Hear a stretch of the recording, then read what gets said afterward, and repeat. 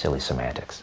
It's important to know when you're talking about this subject that nobody here is talking about a political union. They're talking about economic and political arrangements which deepen integration and the relationship, but in which the countries, as in Europe itself, maintain their sovereignty. We're talking about the virtual destruction of a sovereign nation. Three sovereign nations, the end of a constitution. Sovereign nations can be an obstacle to the free flow of money and goods and labor. And if they can erase national boundaries, obviously that would maximize their efficiencies and their profits. But at what cost? I mean, only the nation state is best equipped to safeguard our individual inalienable rights. How's your experience been in the European Union? It's rubbish, a lot of rubbish, the EU. The issues that most people face is employment. We have a large immigration population coming over, and so the UK at the moment in the recession are quite worried about losing their jobs, but other than that, it gives you opportunities that you wouldn't normally get, and travel as well is good. I mean, from a business point of view, it makes business more effective. You don't have to worry about exchange rates and things like that, but it just seems so remote and far away. I mean, it's over in Strasbourg in France, and we don't really get to hear much about what goes on there. You vote once every 4 years, and then it doesn't seem to change much. Everything is more complicated and bureaucratic, and you got all these strange laws that maybe apply in France, for example, but in Scotland they're completely irrelevant, and it just makes life more difficult. It's a process of harmonization, because you have different social systems, different currency, different quality of life, and I think it takes, in this case, maybe 40 years if you have a democratic process. Sovereignty as a concept was born in Europe. It was created in Europe. They created the nation state. The Europeans invented it.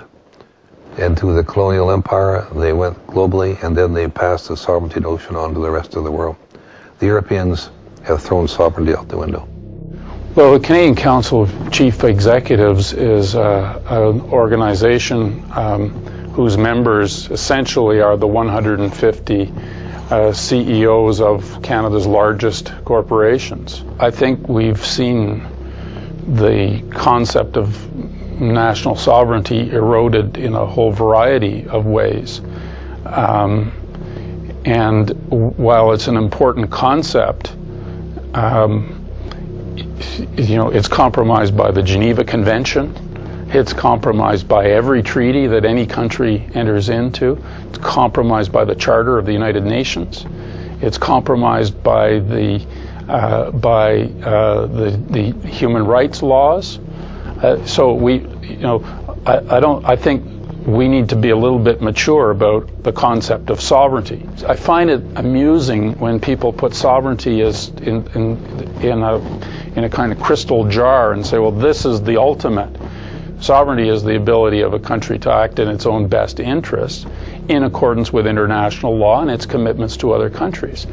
Because really, national sovereignty is one of the tools that we use in order to give democratic expression, because we've got to break things down into a more manageable size, but at the same time, it's a concept to be exercised with a certain amount of care. Sovereignty is changed so greatly because of the phenomenon of globalization, where all issues become transnational, whether it's trade, the environment, health, it's all transnational. And so sovereignty has to be understood in a very different way. And at the heart of sovereignty, you have the absolute requirement for deep international cooperation. See, the UN was the first great body that tossed sovereignty out the window. You can't simply agree to every international agreement just because people say we live in a global system now. We live in an international society now.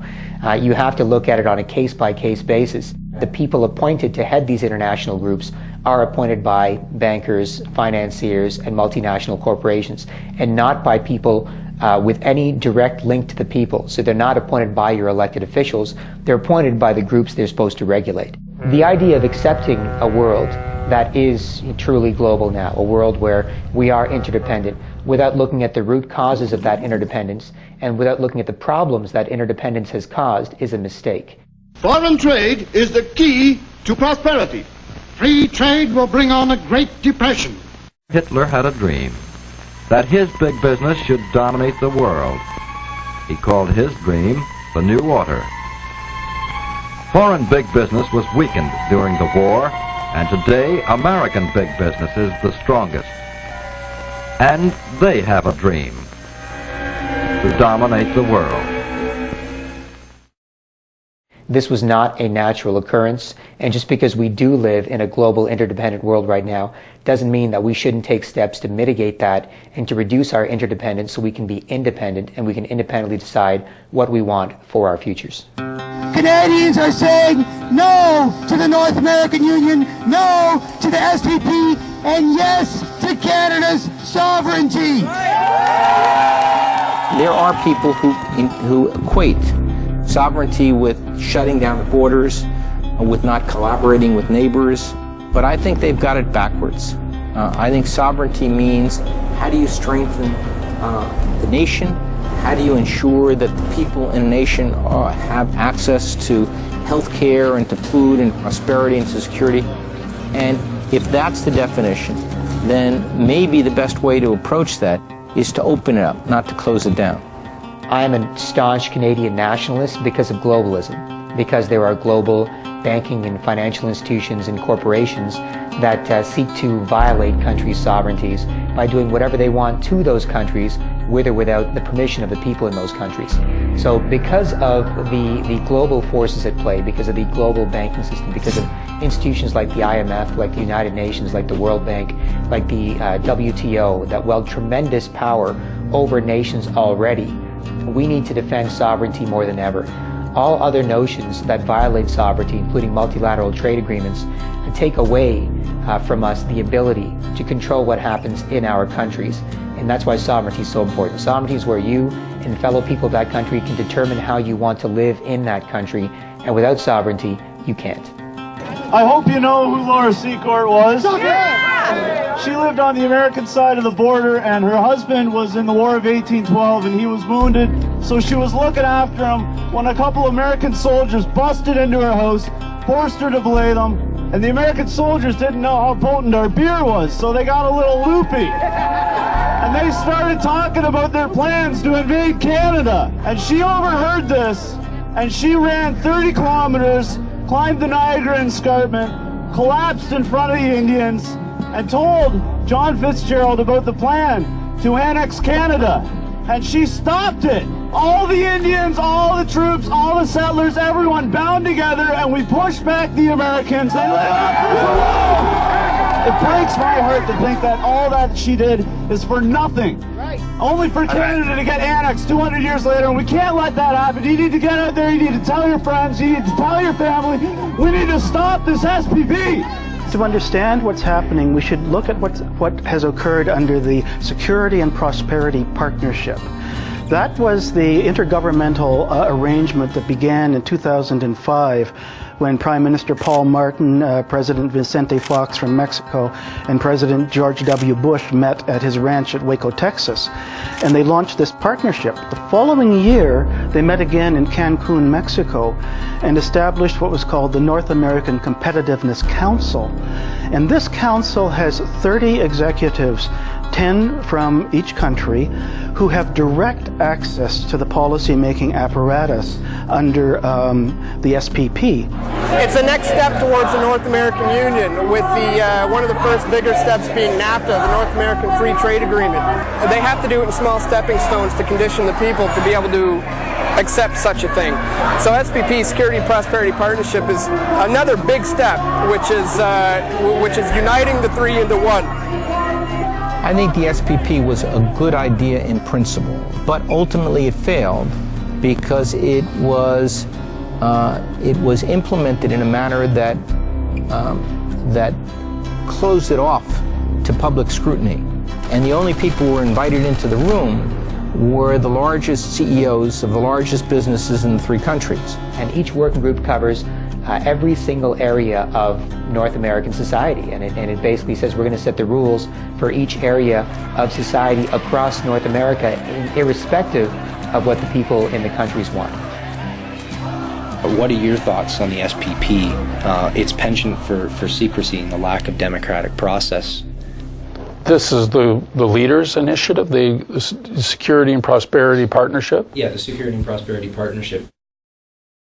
I think we elect people in broad-based democratic processes in order to govern.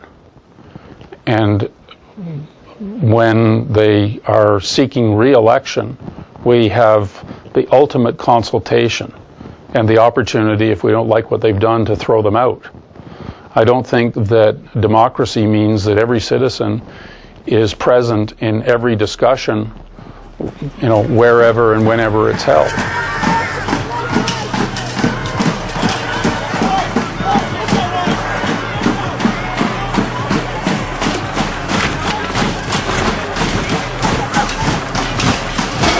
This is the destruction of Canada, what's going on right now. Look behind me. This is the end of it. The end of our sovereignty is what's happening. How do you feel about the protest? I love that these people showed up, and I fear that things are going to get out of hand. Look at these guys. This is out of control. When did our police turn into these guys? Is this too much police for a protest like this? This is the militarization of our police, and here's proof right here. This is the death of Canada, which is happening right now. Our sovereignty is in trouble. What happened in Montebello was the people in 2007, in August, in Montebello, Quebec, were fed up with this 2.5-year-old trade deal going forward and merging every aspect of their society and harmonizing the regulations to the lowest possible standards according to what corporations want. They were sick and tired of the information not being given out to the public, not being openly shared, and of not being given any input into what was happening with respect to this massive trade deal. So they massed in Montebello what looked to be about 1,000, 1,500 protesters. There was a security perimeter around the meeting, and there was incredible police presence there. And at one point, the police were even caught infiltrating the protest by 3 giant, muscle-bound, supposedly anarchists, wearing masks and holding rocks. Were threatening to throw the rocks at the police. No! Put the rock down, man! A union leader stepped up and said, "Take off your masks, put down those rocks, you're not with us." You're a fucking cop, the 3 of you! Go on, it's our line! These 3 guys are cops, everybody! Eventually they ripped the masks off the guys, and the guys dove behind the police line. And that was all. It was caught on tape. It was exposed. They were exposed as infiltrators because they were wearing the same boots as the officers who arrested them. Plus, of course, you know, who dives behind a police line for protection if you're a protester? It's something that most protesters would be scared to do, to dive into a bunch of police who are there, you know, menacingly, you know, staring at them. As we confirmed yesterday, the 3 people in question were indeed suited Quebec police officers performing their duties. And what that shows is the fascist lengths which the Canadian government will go to protect the information about this trade deal. In 2005, when you signed the Security and Prosperity Partnership, were you aware at that time of any plans to integrate the countries of Canada, US, and Mexico into a North American community similar to a European Union?